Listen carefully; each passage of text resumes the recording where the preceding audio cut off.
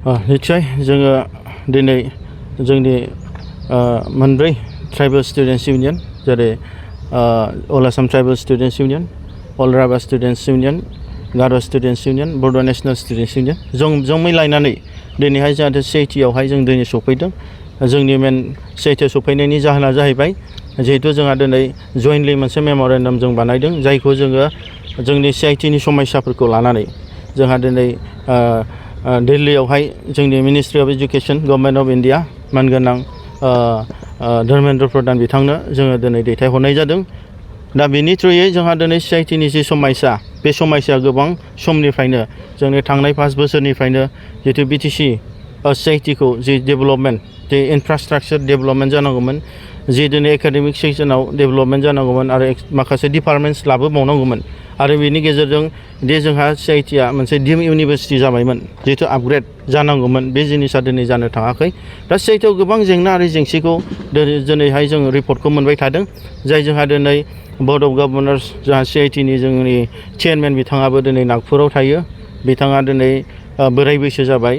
गोबाव समजों खेबसे फैयो आरो बेजों लोगोसे जोंहा डिरेक्टर अफ CIT बिथाङा दा एडिसनेल चार्ज हिसाबै दङ। दा बिथाङा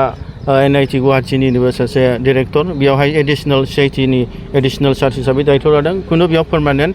डिरेक्टरबो गैया आरो पार्मानेन्ट रेजिस्टारबो गैया, इनचार्ज रेजिस्टार हिसाबै दङ। दा गोबाव सम बिदिनो CIT-आ दिनै जालांबाय थादों आरो बेनि गेजेरावहाय दा CIT-नि गेजेराव माखासे जि मावनांगौ डेभेलपमेन्टनि जि प्रसेस जानांगौमोन बे जानो थाङाखै। दा बेवहाय जोंहा गोबां माखासे जेंना आरो जेंसिबो फैदों, माखासे ग्रुपिजमबो फैदों जिहेतु जोंनि थागिबि जोंनि बेयाव साख्रि मावग्रा बिथांमोनखौ नासयनाय, बे बाहेरानिफ्राय फैनाय बेफोरबादि गोबां जेंनायाबो जानो थांदों आरो बेवहाय जोंनि गेजेरावनो जोंनि मानसिखौ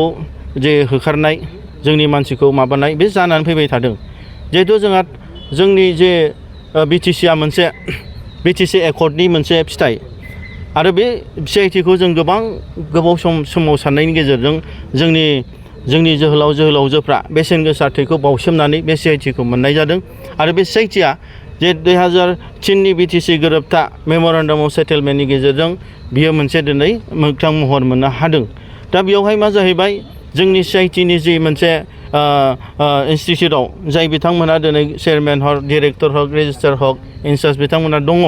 बिथांमोना जे BTC-नि टार्म्स एन्ड कन्डिसन बादे जिहेतु BTC 6 शिड्युलनि जे BTC एकर्डनि स्पिरिट बादे नैबे CIT-आ दिनै सामलाय जानांगौमोन, नाथाय बे जिनिसा दिनै सामलाय जानाय जायाखै आरो BTC-नि जि क्लजेसफोरनि जे एकर्डनि क्लजेसफोरनि बादे जे सिस्टेमाव BTC-आ दिनै CIT-आ दिनै माने एडमिनिस्ट्रेसना सामलाय जानांगौमोन, बे जिनिसा दिनै मा जाहैबाय दिलुट जानो थांगासिनो आरो बे जिनिसखौनो जोंनि आसामनि माखासे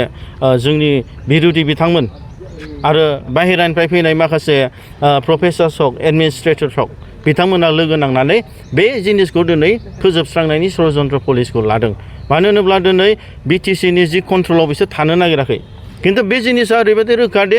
BTC गोरोबथा समावहाय बे CIT-खौ NIT नङाब्ला दिनै IIT-नि मोनसे माबायावसो लाबोनायनि चान्सेस लादोंमोन, खिन्थु जोंनि बै समनि सिगनेटारिस बिथांमोन बुद्धिजिबि बिथांमोना मा खालामबाय दे CIT-खौ लाबोआब्ला बेलेग लाबोयोबा NIT हक IIT हक बे जिनिसा जोंनि बर'फोरनि कन्ट्रलाव थानाय नङा एबा जोंनि BTC-नि कन्ट्रलाव थानाय नङा। दा बिनि थाखायनो बिथांमोना बैखौ लायालासिनो बेखौ लाबोदों CIT-खौ। नाथाय दिनै बे जायखौ जों साननानै CIT-खौ लाबोदोंमोन बिनि उल्थायैसो माने बै जि सानदोंमोन NIT-खौ लाबा जोङो दे दिल्लीनिफ्राय कन्ट्रल खालामजागोन, बाहेरानिफ्राय कन्ट्रल खालामजागोन, जोंनि लकेल गभर्नमेन्टआ दिनै हल्ड थानाय नङा, नैबे जिनिसासो प्रेक्टिकेल रियेलिटियाव फैगासिनो दं। दा बिनि थाखायनो मा जाहैबाय बे जिनिसखौ जों होबथानो थाखायनो जोंहा दिनै जों मोनसे मेम'रेन्डाम जोंना गभर्नमेन्ट अफ इन्डियानि एजुकेशन मिनिस्टार धर्मेन्द्र प्रधान मानगोनां बिथांनो जों मोनसे मेम'रेन्डाम होदों। बेयावहाय जों इमिडियेटलि बिथांखौ जों खावलायदों दे जोंना चेयारमेना इमिडियेटलि सोलायनांगौ आरो डिरेक्टरखौ गोदान गायसंनांगौ आरो रेजिस्टारखौ गोदान लाबोनांगौ। मानो होनोब्ला थांनाय जोंना नैबे CIT-खौहाय जोंनि मेम'रेन्डाम अफ सेटेलमेन्ट BTC 2003नि एकर्ड बादे जिहेतु जोंहा BTC-नि चिफ नङा होमबा बिथाङा दिनै CIT ससाइटि बिनिनो प्रेसिडेन्ट जायो आरो एजुकेशन EM हिसाबै मेम्बार जायो। दा बेयावहाय हायेस्ट मेकिं डिसिसन बडि दा बेवहाय दिनै मानगोनां बिटिसिनि दानि चिफ हाग्रामा महिलारि सारा प्रेसिडेन्ट हिसाबै दा बेयाव गसंबाय दा बिथाङा जेब्ला चार्ज लादों जों रिपर्ट मोनदों दे मोनसे मेम'रेन्डाम चेयारमेननो दैथायहरदोंमोन एमएलनि थ्रुयै नाथाय बिथांमोना मोनसे रिप्लाइ होदों नेगेटिभै जिहेतु दा गावनि देहानि समस्या बोराय बैसोनि समस्या आरो बेजों लोगोसे गाव एक्सिडेन्टबो जादों गतिके गावनो मास मोनथाम टाइम नांगोन अब्लासो गाव सिआइटिआव गाव डिसिसन लानो हागोन दा बेवहाय जों सिन्था खालामदों बे गाव चेयारमेना गावनि पार्सनेल प्रब्लेमनि थाखाय गाव 3 मान्थ्स गाहाम लायोब्ला बे जोंनि लुकआव नङा बे गावनि पार्सनेल मेटार खिन्थु सिआइटिआ दिनै फांसन जानांगोन सिआइटिआव दिनै गोबां जोंनि लकेलनि गथ'फोरल' नङा बाहेरानि दस्रा स्टेटनि गथ'फ्राबो फरायफैयो मोनसे ट्रास्ट मोनसे फोथायनाय दं आरो बेयावनो गोबाङानो दिनै हायेस्ट माने एजुकेसन लानानै सोरबा इन्जिनियार जाबाय सोरबा प्रफेसर जाबाय सोरबाया दिनैहाय माखासे गिदिर गिदिर अफिसार्सफोर जाहैबाय दा बे बेलायावहाय दिनै जोंनि सिआइटिनिनो हायेस्ट डिसिसन मेकिं बडि सिआइटि ससाइटिनि प्रेसिडेन्टनि दिनै बिथांनि जि अर्डार बेखौबो बिथांमोना दिनै रेसपन्स होआखै अब्ला दिनै सिआइटिआ दिनै मोनसे बिराद गाज्रि मोनसे माबायाव थांगासिनो दं गतिके बेफोरबायदि समस्याखौ दिनै समाधान खालामनो थाखायनो जों दिनै मेम'रेन्डामखौ जोंना एजुकेसन डिपार्टमेन्ट गभर्नमेन्ट अफ इन्डियानो जों दिनै दैथायहरनाय जादों डिरेक्टरनि थ्रुयै ओमफ्राय जोङो दिनै बिटिसि गभर्नमेन्टखौ मानगोनां बिटिसिनि चिफ आरो मानगोनां एजुकेसन मिनिस्टार बिटिसिनि आरो आसामनि एजुकेसन मिनिस्टार बिथांमोनखौ जों खावलायदों जिहेतु बिथांमोना सिआइटिखौ गोख्रों भाबै नोजोर होयो आरो 2003नि स्पिरिट बादे जे बिटिसि सिआइटिखौ लाबोदोंमोन बे स्पिरिट बादे बिथांमोना दिनै बेखौ बिनि क्लजेस बादे आयेन भाबै सामलायनानै जाहाथे जोंनि सिआइटिनि गथ'फ्रा दिनै मोनसे एजुकेसनखौ लानो हायो सोलोंथाइखौ लानो हायो आरो बेजों लोगोसे जिहेतु जोंनि सिआइटिनि इनफ्रास्ट्राक्चारफ्राबो दिनै डेभेलपमेन्ट जायो आरो बेजों लोगोसे गोदान डिपार्टमेन्ट्सफोर बेफोरबो बारायनो हायो आरो जिहेतु डिम इउनिभारसिटि जाखाबाय बे डिम इउनिभारसिटिखौ टटेलि इमप्लिमेन्टेसन खालामनो हायो बेनि थाखायनो जों बिथांमोनखौ खावलायदों आरो बिथांमोनखौ जों आसा खालामबावदों जिहेतु जोंहा दिनै बिटिसि सिआइटिआवहाय गोबां माखासे अफिसार्सफोर दं बाहेरानिफ्राय फैनाय बिथांमोना दिनै गावसिनि पार्सनेल बेनिफिटनि थाखाय गोबां खामानि मावदों आरो बेयाव ग्रुपिजमबो जानो थांदों आरो जोंनि बिरोधि बिथांमोनाबो दिनै बेयाव बाहागो लादों दिनै आसामनिफ्राय आरो बाहेरानिफ्राय लोगो नांनानै जोंनि मानसि जोंनि जि अफिसार्सफोर दं प्रफेसर स्टाफफोर दं बिसोरखौ बिथांमोना गोबां नेग्लिजेन्स खालामदों गोबां नासयदों आरो बिथांमोनखौबो दिनै होखारदों आरो दिनै बुंनो थाङोबा जोंनि दाख्लै डिरेक्टरनि जाय पार्सनेल सेक्रेटारि बिथांखौ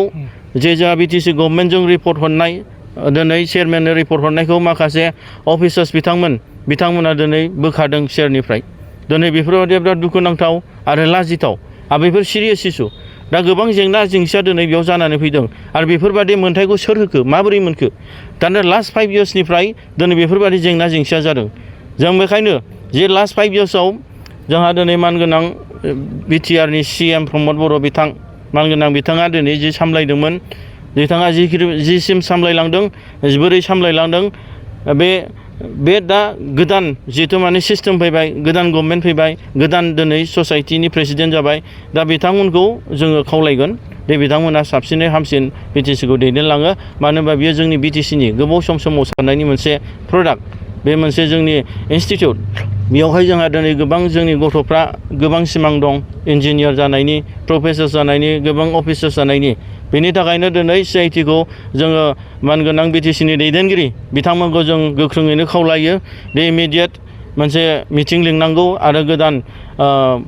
चेयारमेन आरो डिरेक्टर आरो रेजिस्टार गायसननायनि पलिसिखौ लानांगौ आरो सिआइटिआवहाय सोरबाफोर दिनै काराप्टेड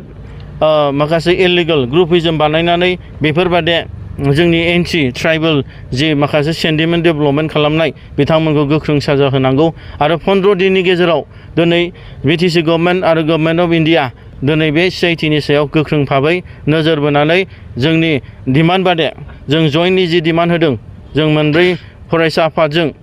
दा बे जिनिसखौ मावफुंनांगौ आरो चेयारमेनखौ गोख्रै इमिडियेटलि सोलायनांगौ आरो गोदान डिरेक्टर एपइन्ट खालामनांगौ आरो गोदान रेजिस्टार दिनै एपइन्ट खालामनांगौ आरो नङाब्ला दिनै जोंनि सिआइटिआवहाय बेफोरबायदि जाबाय थायोब्ला बे ससाइटिया बेफोरबायदि समयसा जेंना लाबोबाय थायोबा जोंनि फरायसाफ्रा दिनै खस्थ' मोनबाय थायोब्ला आरो दिनै इनफ्रास्ट्राक्चारफ्रा दिनै खुनु डेभेलपमेन्ट जायाब्ला आरो दिनैहाय जिहेतु डिम इउनिभारसिटि जाबाय बियो दिनै मोगथां महर मोनाब्ला बे नाथाय जोङो कम्पेल खालामगोन डेम'क्रेटिक मुभमेन्ट खालामनो आरो बेयावहाय खुनु जों टलारेट खालामनाय नङा बेयावहाय जोङो गोख्रों भाबै सात्र हिसाबै जोंनि ससाइटिनि ग्रेटार इन्टारेस्टनि थाखाय आरो जोंनि ओनसोलनि जोंनि फंबाय बिनानावमोननि ग्रेटार इन्टारेस्टनि थाखाय जों ससाइटिनि थाखाय जों जेब्लाबो स्टेन्ड जागोन आरो जों मोजांनि थाखाय हास्थायगोन दा आङो खेबसेबो आसा खालामबाय आरो रिकुवेस्ट खालामबाय दे जोंना मानगोनां बिटिसिनि दैदेनगिरि बिथांमोना गोख्रों भाबैनो CIT नि